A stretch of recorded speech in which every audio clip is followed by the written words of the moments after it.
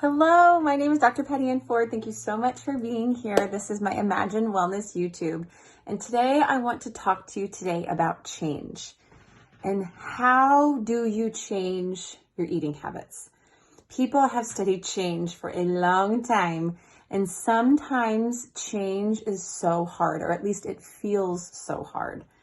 And in the book that I'm writing, You and Food, we are now talking about what is your story with change? How have you done it? How have you done it in the past? And what does it take for you to change in the future?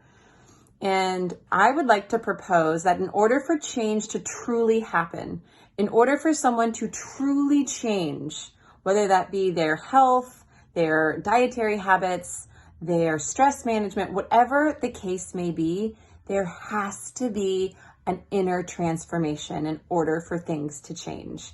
So many times I see in leadership training or in sales training or whatever training you're going to, all of the effort is on the action. And the action is actually, or the behavior is actually an outcome of what's going on in your brain, in your heart, and your gut. So if you're wanting to actually change, there does need to be a space where you look at your beliefs, your thoughts, and your emotions, because those things are going to keep your behaviors happening consistently over time. Anyone can change anything for 6 to 12 weeks and fake it until you make it and do all that stuff, but at some point you're going to get tired. That fake it till you make it muscle is going to get tired. And so you need to look at the underlying habits of thinking. I have a way, it's free, to assess the thought patterns. And then you can go do the leadership training on all of the transactional stuff. The transactional stuff is a dime a dozen. There's so many different things you can do, and it just depends upon your personality, what works for you.